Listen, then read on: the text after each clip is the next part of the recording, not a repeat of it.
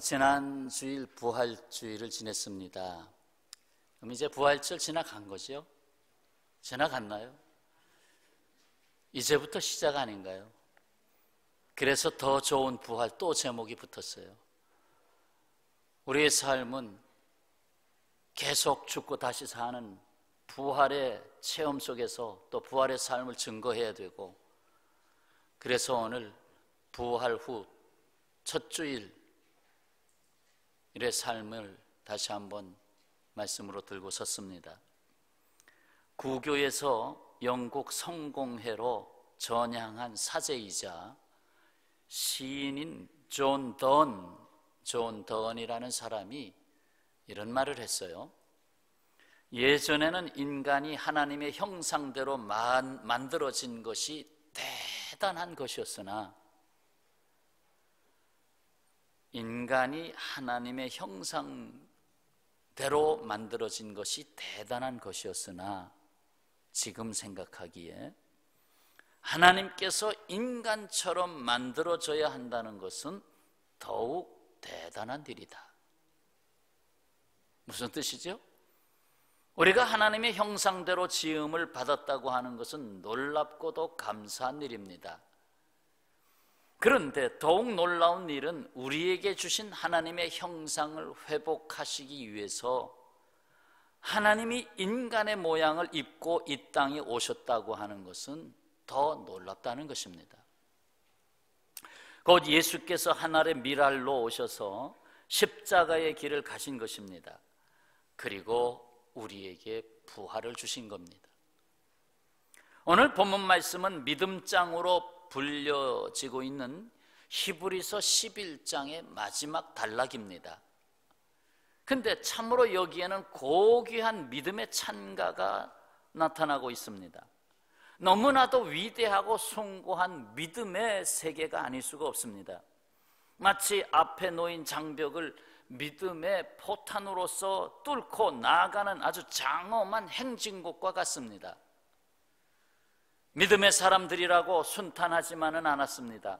때때로 받아야 할 고난과 죽음에 대하여는 구차히 면하려 하지 아니하였고, 하나님께 맡기는 삶의 놀라운 그 경이로움은 또한 금할 수가 없습니다. 그들은 사자의 입과 불과 칼날을 이기기도 하는 믿음의 사람들이었습니다.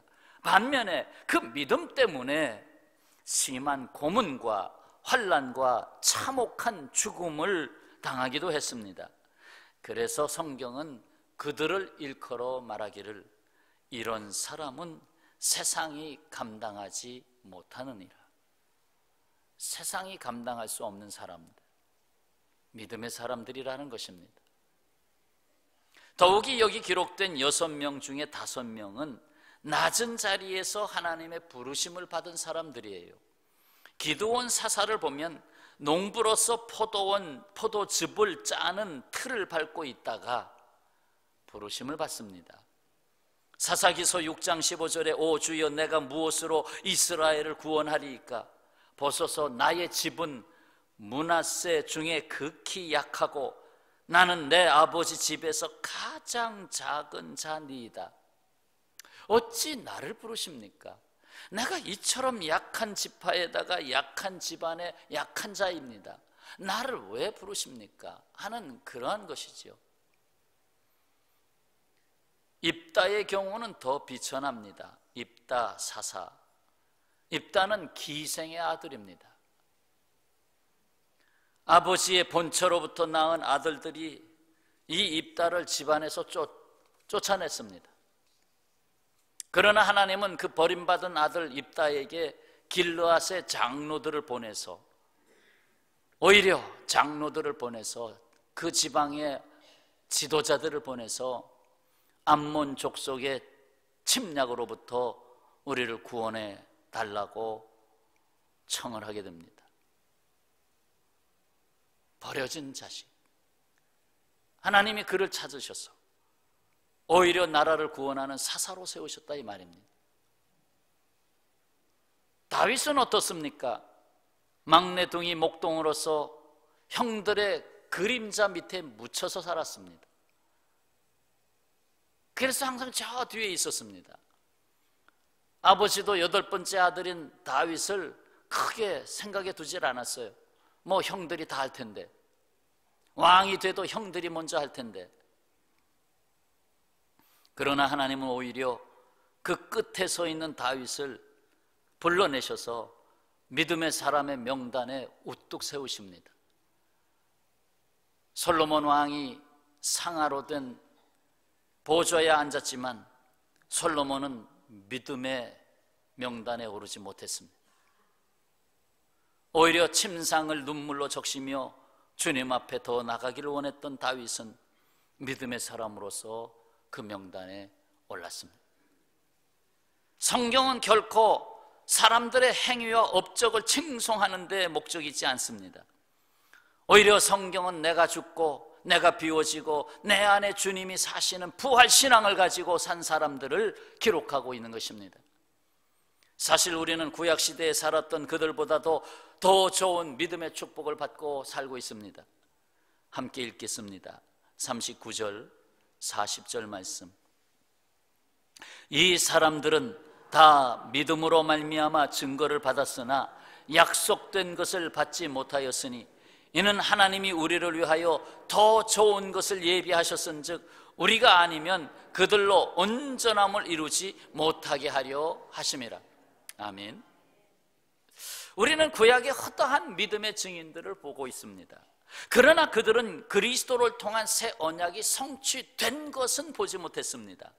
성취되리라 하는 것은 기다리고 있었지만 그럼에도 불구하고 옛 언약 가운데에서 그들은 믿음의 놀라운 증인이 됐습니다. 그리스도 이후에 태어난 우리는 주께서 약속대로 오셨고 십자가의 대속을 이루셨고 우리를 위하여 부활하셨다는 사실, 곧 더 좋은 것을 예비하신 것을 받은 사람들이 됐습니다. 믿음의 주 예수께서 우리에게 주신 이 믿음은 결코 값싼 것이 아닙니다.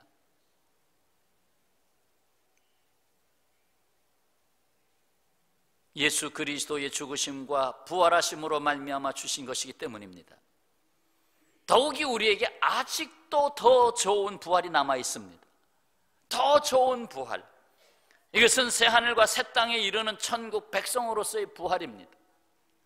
사도 베드로는 베드로 전서와 후서에서 각각 이렇게 말씀합니다. 너희 믿음의 확실함은 불로 연단하여도 없어질 금보다 더 귀하여 너희가 갖고 있는 그 믿음은 금보다 더 귀하여 예수 그리스도께서 나타나실 때에 곧 재림하실 때에 칭찬과 영광과 존귀를 얻게 할 것이니라. 참 놀라운 보따리를 준비하셨어요. 믿음으로 산 사람들에게 칭찬, 영광, 존귀함, 바로 여러분들의 것입니다. 베드로 후서에서 말씀하시기를 우리는 그의 약속대로 의가 있는 곳인 새하늘과 새 땅을 바라보도다. 새하늘과 새 땅을 바라보도다. 확실히 바라보고 계십니까? 이 세상보다 큰 것이 있어요. 바로 우리가 받은 믿음입니다. 이 세상보다 큰 것이 믿음이다. 우리의 기억력은 오래가지 않습니다. 그래도 입에 담아봅시다. 세상보다 큰 것은 믿음이다. 아멘. 그래서 세상을 이기는 거예요. 믿음으로 세상을 이긴다고 했어요. 그리고 천국이 있습니다. 이는 믿음의 사람들이 사는 새로운 세계입니다. 천국을 가진 사람은 죽을 수 있습니다. 그래서 순교자가 되는 거예요. 지난 주간에 3일 동안 노회가 실시한 목사 장로 수련회를 다녀왔습니다. 큰 감동을 간직하고 돌아왔어요. 그 중에서도 증도에 머문 날들은 너무나도 감명 깊은 날들이었습니다. 바로 문중경 전도사의 이야기입니다. 증도의 순교자 문중경 전도사. 전라남도 신안군 증도에 남겨놓은 순교의 역사를 이 시간 여러분들에게 전달하는 것에 시간을 사용하는 것을 저는 귀중한 일로 알고 있습니다. 얼마 전에 북서울 꿈의 숲에서도 뮤지컬로 무대에 올려진 바 있습니다. 문중경 여인은 1891년 신안군에서 태어나 17살의 나이에 시집을 갑니다. 시집을 갔지만 남편은 이 부인에 대해서 마음을 두지 않았습니다. 이른바 생과부가 되고 말았습니다. 오히려 소시를 드리고 이 문중경 이 여인에게 아픔을 남겨주었습니다. 이 문중경 이 여인은 17살서부터 20년 동안 남편과 함께하지 못했습니다. 오히려 시아버지가 그래도 총명한 이 며느라이를 눈여겨보고, 그때 당시에는 여자들에게 교육을 시키지 않았잖아요. 시아버지가 며느리에게 한글을 가르칩니다. 그래도 그나마 그것이 이 문중경 여인에게는 적지 않은 위로가 된 것이죠. 그런데 시아버지가 시집 온 지 20년 만에 세상을 떠납니다. 이제는 의지할 곳이 없어요. 남편도 뭐 돌아보지도 않고 처박아 놓고 소박했으니 이거 뭐 길이 없잖아요. 이 집안에 머물러 있을 이유가 없잖아요.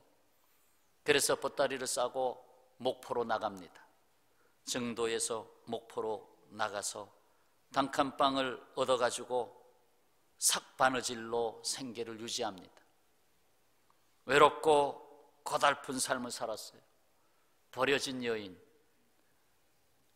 이미 시집 갔던 여인. 그때 당시는 당연히 제가 한다는 건 상상도 못했던 세상 아닙니까? 일제시대인데. 그러던 중 전도 집사가 찾아와서 구원을 소개합니다.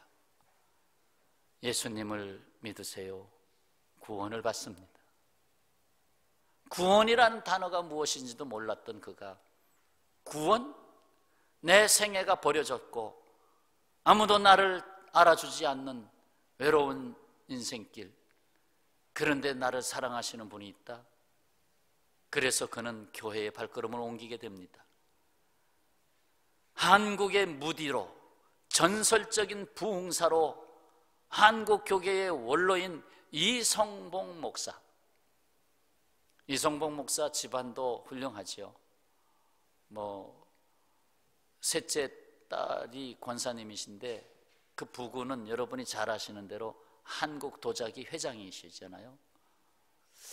했더니 이성봉 목사가 시무하고 있는 북교동 교회에 출석하게 됩니다. 이 이성봉 목사도 본래 저쪽 평양 쪽 그쪽에서 태어나신 분 아닙니까?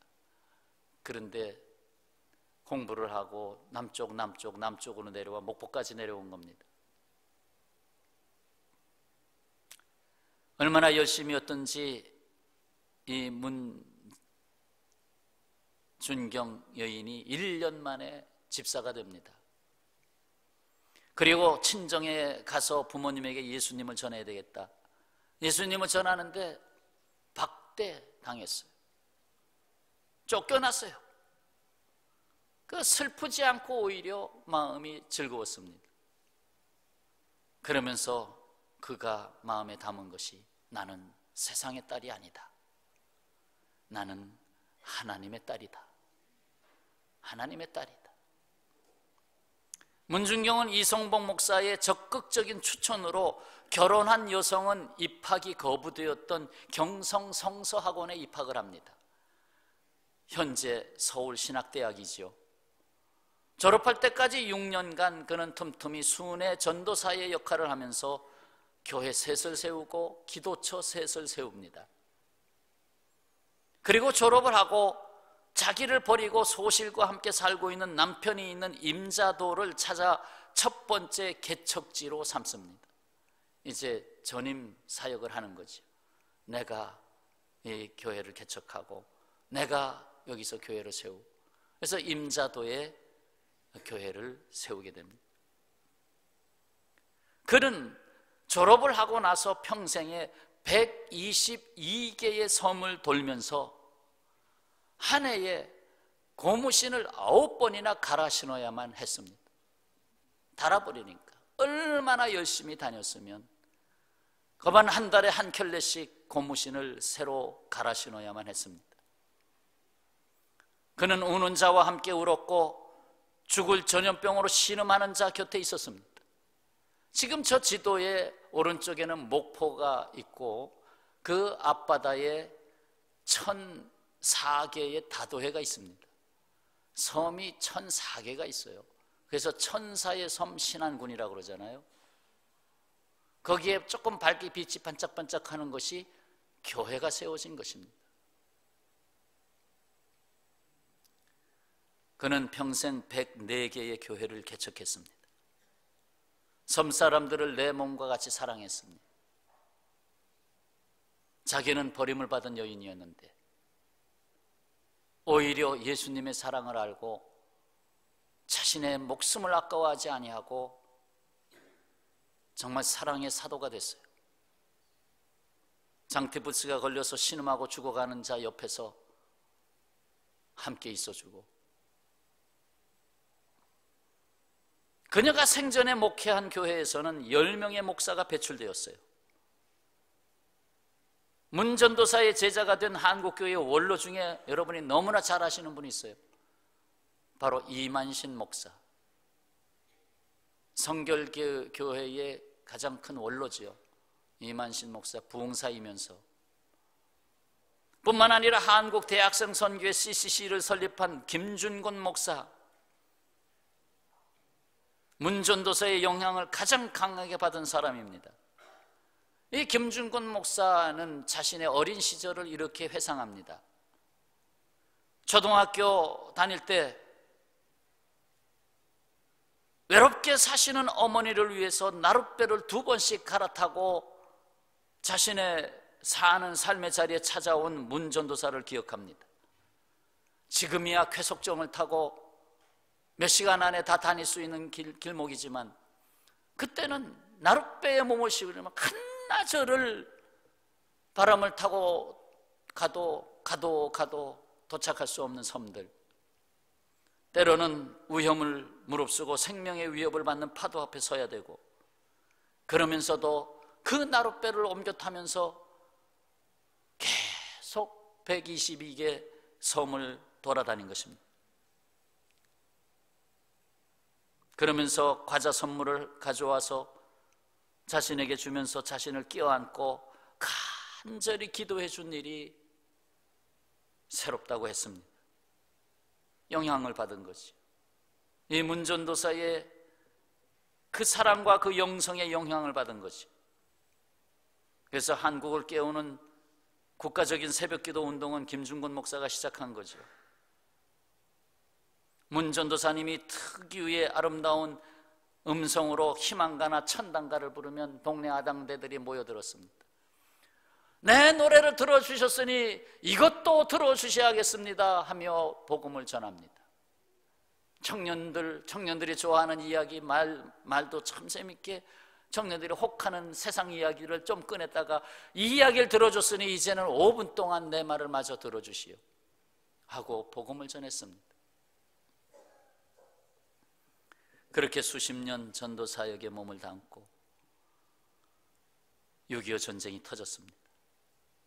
그 후로 공산 폭도들에 의해서 학살이 자행됐습니다. 문 전도사는 목포에 은신하고 있는 이성봉 목사를 찾아갔습니다. 난리가 끝난 후에 중동리에 가도 늦지 않을 것이라고 이성봉 목사는 만류를 했지만 사실 좀 기다렸으면 아마 죽지 않을 수도 있었을 거예요. 그러나 문 전도사는 저 때문에 무고한 성도 한 사람이라도 죽어서는 안 된다고 하면서 더구나 딸과 같은 백정희 전도사가 대신 붙잡혀 옥고를 치를 텐데 돌아가야 한다고 중동리로 돌아갔습니다. 마치 다니엘이 사자굴 속에 들어간 것과 같습니다. 1950년 10월 4일 국군이 중동리섬까지 들어온다는 소식이 전해지자 아기에 찬 공산당원들이 무차별하게 학살이 자행됐습니다. 그 중에서는 특히나 지주들은 말할 것도 없고 수많은 양민들을 약살하게 되는데 정도에서만큼은 성도들이 죽지 않았습니다. 그것은 문준경 전도사가 대신 죽었기 때문입니다. 죽이지 마시오. 내가 대신 죽을 테니까 죽이지 마시오. 그 몽둥이를 쳐 죽이고 단도로 찔러 죽이는 그 자리에서 나가 무릎을 꿇고 내가 대신 죽겠소. 그래서 결국은 그 몽둥이로 때려 맞아서 온몸이 피가 철철 넘쳐나고, 그래도 죽이지 마시오. 여기 있는 사람들 죽이지 마시오. 다 나 때문에 여기 온 것이니 나를 죽이시오. 결국은 살아났어요. 하나님 어떻게 막으셨는지 교인들이 죽질 않았어요. 그 대신 문준경 전도사의 목에서 계속 나오는 그 말 듣기가 싫어서 새끼를 마니까 씨암탉은 죽여라. 그래서 결국 권총으로 그 소리가 나는 목에다가 총알을 쐈던 것입니다. 결국 그 자리에서 살아난 수양딸 백정희 전도사에 의해서 문 전도사의 순교의 삶의 이야기가 남게 됐어요.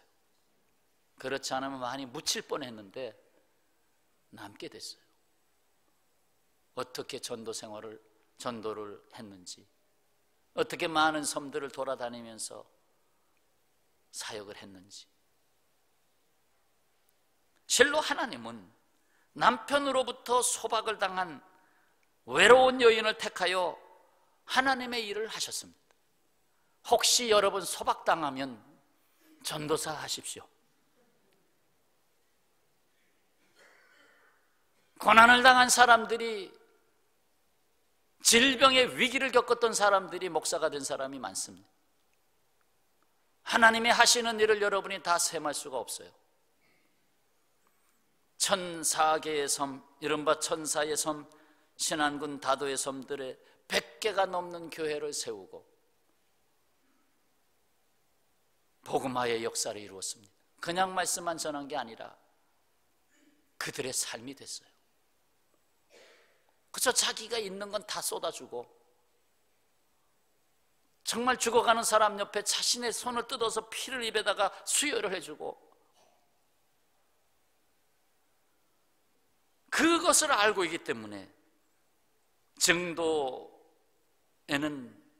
90%에 가까운 크리스찬들이 살고 있어요. 주민의 10명에 9명은 교인이에요. 그런 섬이 있어요?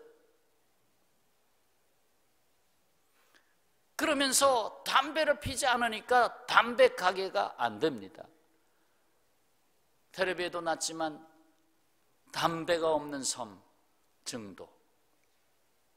근데 제가 담배값을 하나 봤어요. 관광객이 버리고 간 담배값. 증도에 들어가시면 금연을 하십시오. 담배가 없는 섬입니다. 주일에 축제를 하려고 했던 이벤트 업체들이 망하고 나간 섬입니다. 갯벌 축제를 해야 되겠다. 주일날 했더니 하나님이 희한하게 역사를 하셔서 결국은 철수를 했습니다. 한국 사람들이 두 번째로 가고 싶은 곳이 있는데 바로 증도, 첫 번째는 홍도. 증도에서 배를 타고 회속선을 타고 2시간 정도 가면 흑산도가 나오고, 흑산도에서 또 30분 정도 가면 홍도가 나와요. 그게 다 신안군 아니에요. 섬지방 하면 무당들이 판을 치는 겁니다. 왜? 바다로 나가야 되니까 신들 앞에 제사를 드려야 돼요. 귀신 앞에. 그 귀신의 역사가 넘치는 섬들일 세계의 창조주 하나님, 부활의 주님에게로 돌아오게 하는 놀라운 역사가 일어난 거예요. 신안군 전체로 볼 때 약 35%의 크리스찬이 비율이 신안군 전체. 섬나라가 그렇게 쉬운 게 아니에요. 제주도 한 5% 되나요? 기독교인들이 많아야 7%. 경주 거기도 마찬가지로 10%가 안 되죠. 한 7, 8% 되나요? 이 섬지방에 35%의 크리스찬이 살고 있다는 것은 놀라운 사실입니다. 섬마다 교회당이 없는 곳이 없고, 조그만 섬에도 교회당이 2-3개씩 있고, 참으로 놀라운 복음화율입니다. 그 뿌리는 문중경 전도사의 순교에 있어요. 전라남도 신안군 중도 중동리에 있는 이 순교 예배당 사진 찍어왔어요. 저 앞에 보이는 종탑이 정문 쪽인데 거기 종이 달려 있어요. 문중경 전도사가 실제로 쳤다라고 하는 그때의 종이 달려 있어요. 그 들어가는 문은 초라하고 들어가 보면 한 70명 정도 앉을 수 있는 예배당. 저 벽과 창은 복원이 된 거고, 지붕도 그때 당시에 썼던 그 두꺼운 그 통나무들 그대로 복원을 했어요. 네, 인상 깊은 순교자가 목회한 예배당입니다. 그 예배당 뒷면으로 가봤죠. 예배당 뒷면 사진입니다. 그 뒷면에 그림이 그려져 있어요. 김중경 전도사. 그 옆에 큰 꽃씨가 하나 있어요. 민들레 꽃이네요. 민들레꽃. 바람만 불면 사방으로 날아가는 민들레꽃. 결국 민들레꽃 씨앗처럼 자신의 몸은 다 사라지고 꽃씨가 되어서 다 날아갔어요. 오른쪽에 조그만 표찰이 보이는데 거기에 주소가 써 있어요. 문중경로 몇 번지. 문중경로. 증도에는 문중경로라고 하는 도로명이 있어요.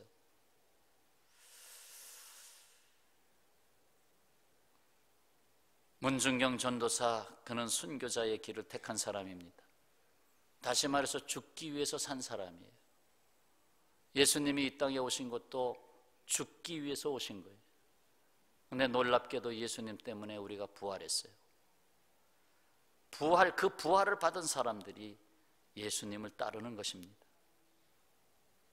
문중경 전도사 죽었나요? 죽었다고 말할 수 있을까요? 죽지 않았습니다. 그 순교자 교회당 벽면 모퉁이에 제 눈이 모아졌습니다. 바로 이 꽃이 피어난 그 벽면입니다. 다른 꽃은 보이지 않더구만요. 저 몇 송이의 꽃이 그 벽면 아래에 피어 있습니다. 아무도 저 꽃을 보질 못한 것 같습니다. 근데 저는 사진을 찍을 때 항상 눈높이를 낮추기 때문에 몸을 낮추고 보면 보이지 않는 꽃들이 보입니다. 아, 저기에 씨앗이 떨어졌구나. 일부러 심었다면 저렇게 심지 않았다고, 저거는 자생화구나. 생각을 갖게 됐어요. 문중경 전도사는 세상을 떠났지만, 순교를 했지만, 그가 목회했던 예배당에 꽃이 피었구나. 저 꽃에 또 씨앗이 달리면 또 날아가겠지.